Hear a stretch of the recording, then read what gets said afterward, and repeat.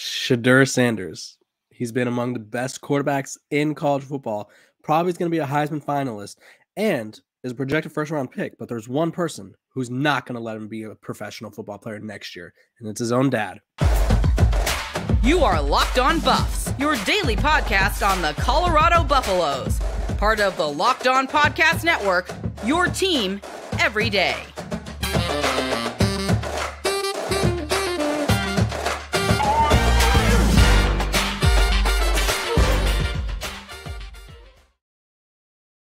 What is up, everybody? This is Locked On Buffs. I am your host, Kevin Borba. Today, we got a good one. We got an interesting one because I feel like we're going to see a very intriguing look into the father-son relationship between Shedeur Sanders, Shilo Sanders, and, of course, Coach Prime. But before we do, I need you guys to know that this episode of Locked On Buffs is brought to you by Bird Dogs. Go to birddogs.com/LockedOnCollege or enter promo code LockedOnCollege for a free water bottle with any purchase. You won't want to take your Bird Dogs off. We promise you.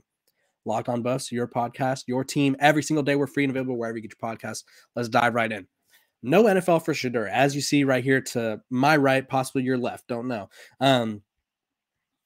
In a well-off media video from Sunday, the four Sanders brothers, or four Sanders family members went to the game. Deion Sanders Jr., of course, was recording the events. Shilo and Shedeur and their father/coach were all in a box watching the game.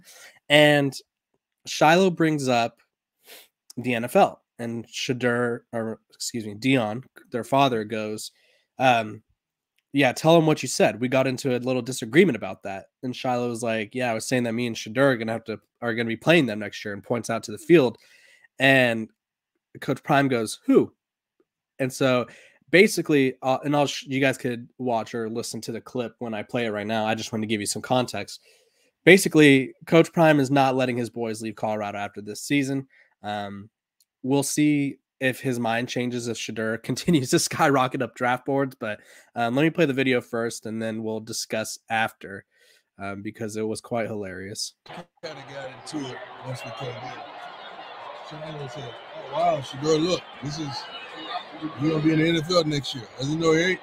I didn't say you. I said we got to play some next year. I said both of us. What'd you say, we? I said we got to play them next year. Play who? So what you trying to say, man? What you trying to say? But y'all ain't going nowhere. 371. The note on that is. So yeah, it doesn't look like father/coach is letting them go. For reference, Shedeur in the latest, and CBS Sports' latest mock draft, which came out today on the day of recording, he's projected to go 16th overall to the Seattle Seahawks. I saw one yesterday that had him going 14th overall to the Denver Broncos, and then I've seen him go as high as the top 10. So future top 10 pick. He's just not going to go next year. And then Shilo, I don't know what his draft status is. Let's see. Because I think for him, he's a little bit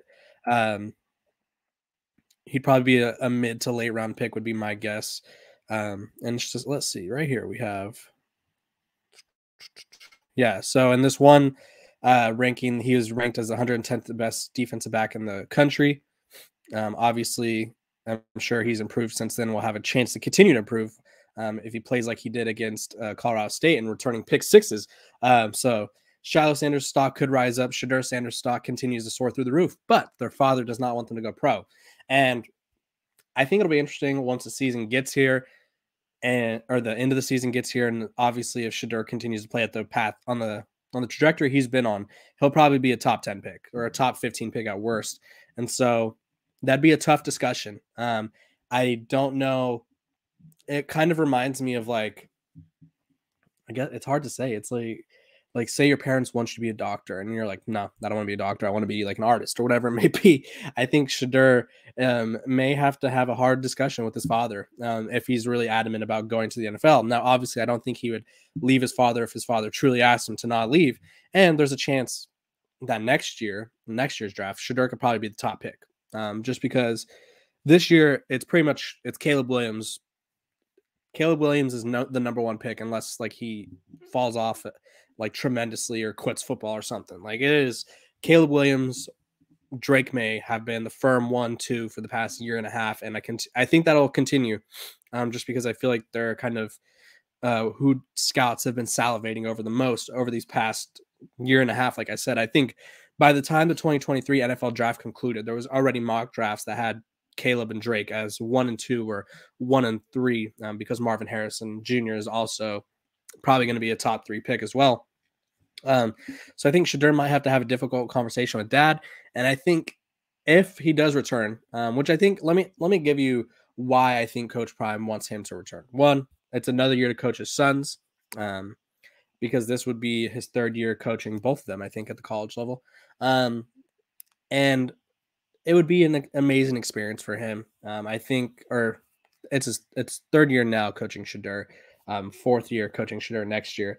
It would be another year coaching his sons, which I feel like a lot of times people don't realize how crazy that is. Like, there's not many father-son coaches in college sports, and if there are, it's usually like we see it in basketball, like Tom Izzo's son was a walk-on the basketball team, or Jim Boeheim coached his son, Buddy Boeheim, for I think a year after he transferred to Cornell. In college football, we don't really see it as often, and so I think it's a rare opportunity. It's more time with his boys, because he's always a coach first, I think, for Colorado, but he's also a father. He talked about it when Shilo ran that pick six back, that there's moments where he's a father, and I think Coach Prime, and I'll get to this in a second, I think it's for the best interest of Colorado that they both return. I think as a father, it's probably in his best interest that he gets one more year with his boys before they kind of move on with life and go adult, and he may not see them as much anymore, because obviously if he's coaching and they're in the NFL, their schedules are going to be all over the place. So there's that. And then, like I said, returning Shedeur Sanders and Shilo Sanders, who, even though his draft stock is not as high as Shedeur's right now, I think Shilo could continue to see his draft stock improve. But having 2 proven players, which Shedeur is probably going to be the number 1 pick next year if he returns, having 2 proven players like that return to your team in a Big 12 where the Big 12 is super fragile. The Big 12 is as fragile as it gets. Texas and Oklahoma are the top 2 teams right now. Utah is probably the other best team in the conference moving forward, but they're going to be losing Cam Rising. They're going to be losing a bunch of guys. And then TCU is not as good as they were supposed to be, and who knows if they'll be as good next year. So there's not really a team in the Big 12 where you look and you're like, oh, that team should give Colorado trouble. So if Shedeur returns, if Shilo returns, they could probably boat race everybody in the Big 12. So I'm sure the dad in him wants more time with his kids, and then the coach in him wants 2 great players to come back and help him win. And I think he wants to achieve that goal of winning a championship. And I think them being there gives him the best chance to do that. So I can see both sides. I do think it'll be interesting. And I would not want to be involved in those conversations because I feel like there's going to be some heated match, maybe a little yelling match here or there about who's right or not. But I see both sides, and I think at the end of the day, it'll have to be a serious discussion that the 3 of them have by the time the season comes. But I do think they're NFL players. I do also think that Coach Prime wants to win some games and spend some more time with the Suns. So it's a tough one. It's a toss-up. This episode of Locked on Buffs is brought to you by Bird Dogs. Let me dive into Bird Dogs right now. Bird Dogs, they make you look good. Their stretch khaki shorts are designed to fit slimmer through the thigh and leg, giving you a truly sculpted look. Bird Dog shorts do the exact same thing as Lululemon, but they fit way better. They fit way better than those regular shorts that are stiff. They're made of like that restricting cotton that you're kind of just like uncomfortable with the whole time. They fixed this issue by inventing a whole new fabric. They call it cloud knit fabric that looks just like khaki but stretches, so you get a way slimmer fit.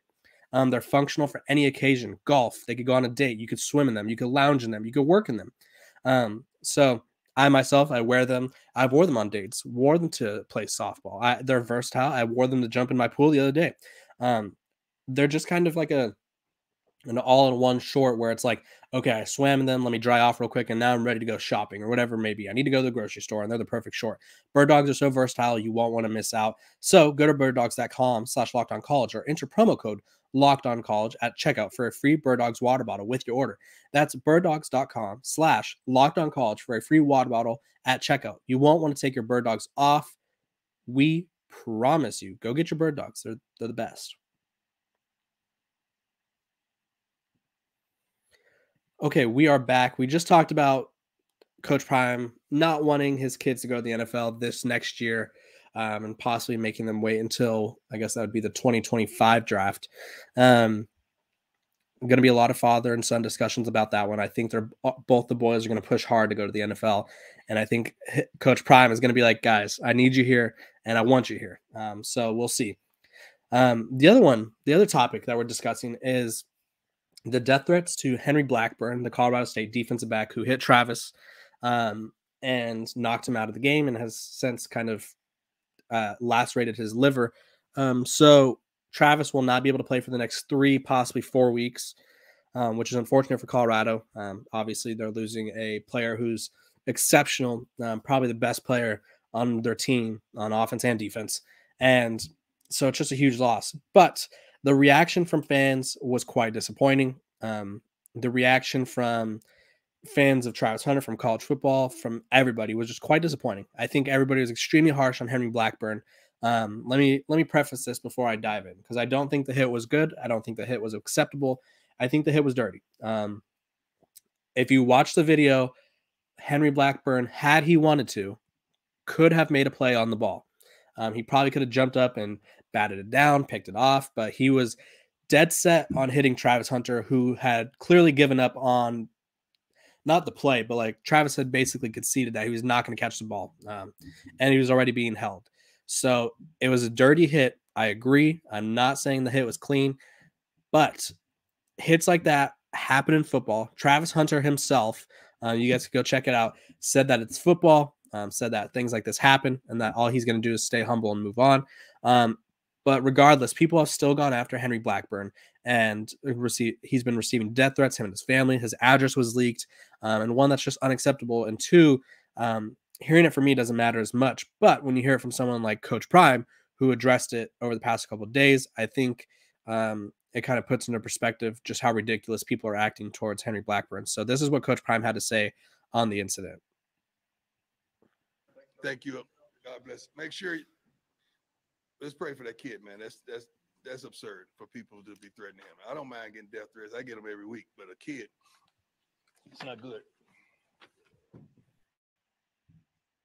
Yeah, and so he also talked about the play earlier in the press conference and was like, he's a good player, had a great game. Henry Blackburn is the only person to pick Shedeur Sanders off this entire season. So here's the thing. I think it's kind of unfortunate that this is kind of people's first response to a hit in football. Again, the hit was dirty. The hit could have been avoided.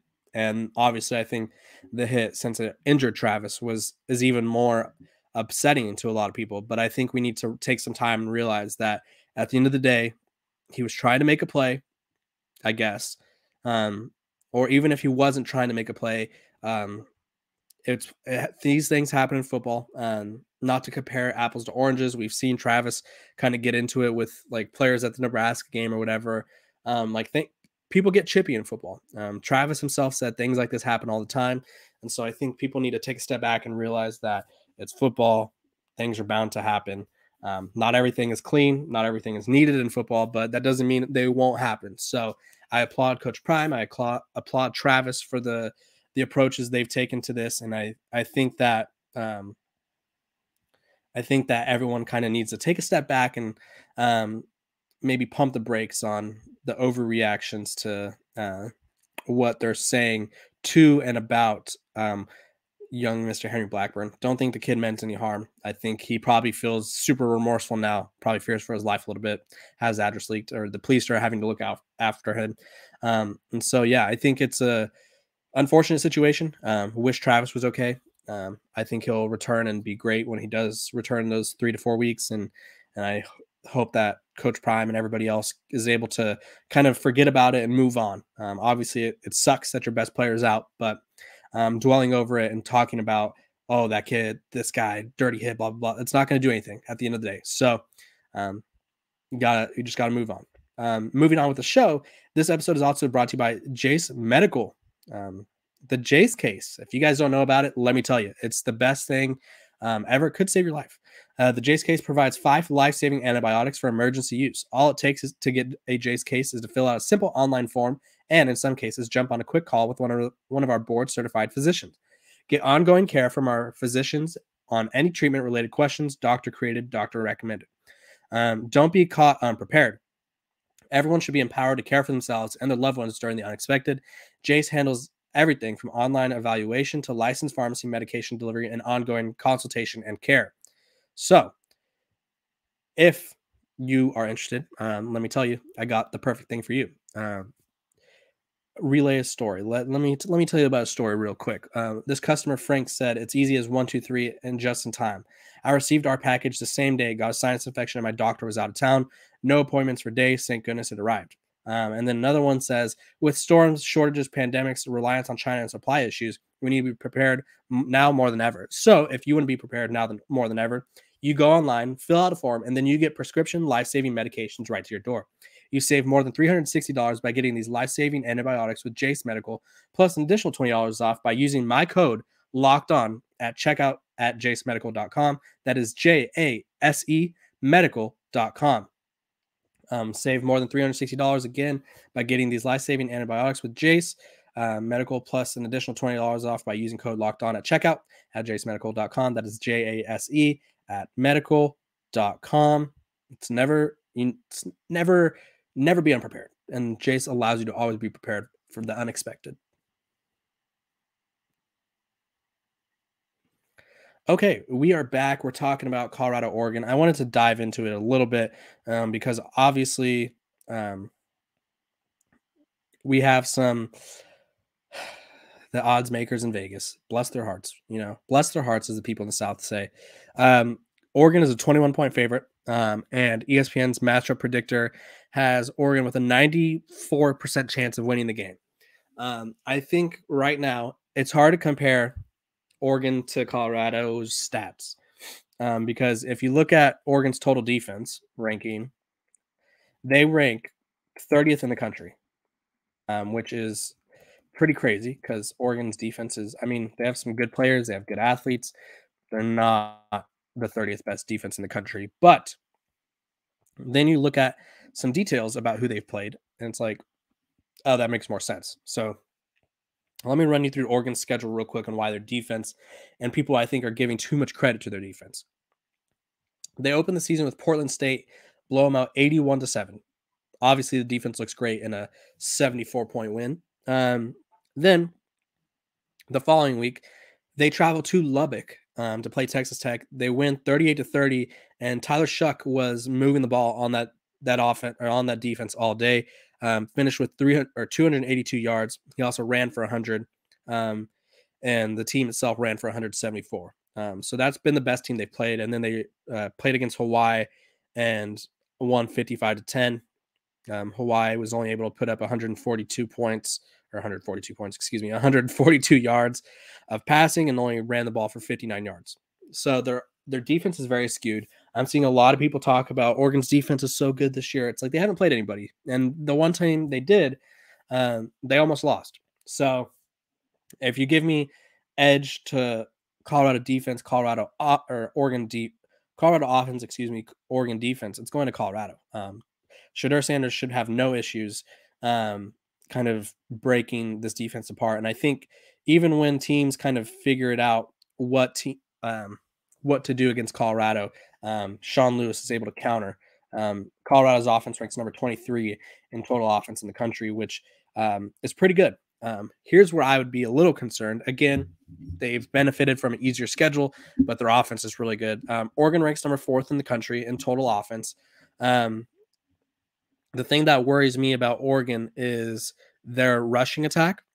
So they have 3 really good running backs, and then they have Bo Nix, who can all run and They're all going to give Colorado trouble. If I had to predict anything, it'd be that Bo Nix is probably going to try to run the ball a lot. I don't think he's had to run the ball outside of the Texas Tech game, which he did, and he was their leading rusher with 9 for 46. So if you could slow down the run, it requires Oregon to have to rely on Bo Nix because their running backs combined for 18 carries, and they only put up, 59 yards. So if I had to give the edge to Oregon's rushing attack or Colorado's defensive line or rush defense, I'd go Oregon, which that's a little worrisome. And then Colorado's defense is just not where they need to be yet when it comes to stopping the run. I think they've made some improvements, some much needed improvements. And I think Coach Prime will continue to say that they need to continue to build off of that because right now they rank 119th in rush defense with 195 yards given up. Teams average 5 yards a carry against them. And they've given up 586 yards rushing in 3 games. So, and then again, Colorado hasn't played as easy as a schedule as Oregon. But the key to this game and the key to winning against Oregon is stopping the run, not letting Bo Nix hurt you with his legs. Because I've seen him firsthand. He can hurt you with his legs. He's probably one of the more athletic quarterbacks in college football. So, yeah. And then the secondary. Someone needs to step up. We learned Cormani McClain is not that guy yet. He's not ready to play. Coach Prime himself said that he's not ready. And the person that's preventing him from being ready is himself. I think there's a lot to adjust. He only got to Boulder in June. And obviously he was already behind the 8 ball, competing with a bunch of guys who were there in spring and guys who've been playing at the college level. But they need someone to step up in that secondary because Oregon has a receiver by the name of Troy Franklin. He's a monster. 6'3", has 17 catches for nearly 300 yards, averages 17 yards per catch, which is pretty crazy. Because if you look at, like, for example, Colorado, I think it's Xavier Weaver that leads the team in yards per catch. Let's see. Yeah, so Xavier Weaver leads the team in yards per catch at 15. So Troy Franklin and Bo Nix are frequently connecting down the field. And so I think the key for Colorado before I leave you guys is they got to put up points on offense. They got to make this a shootout because Oregon's going to put up points. So Colorado has to score, and they have to score a lot. On defense, they need to slow down the run. If they continue to slow down the run, games will be much easier. But yeah, I think Oregon being a 21-point favorite seems like a bit much, but hey, that's what Saturdays are for. We'll find out. By the way, I want you guys to know we've hit well over 3,000 subscribers, so I thank you for that.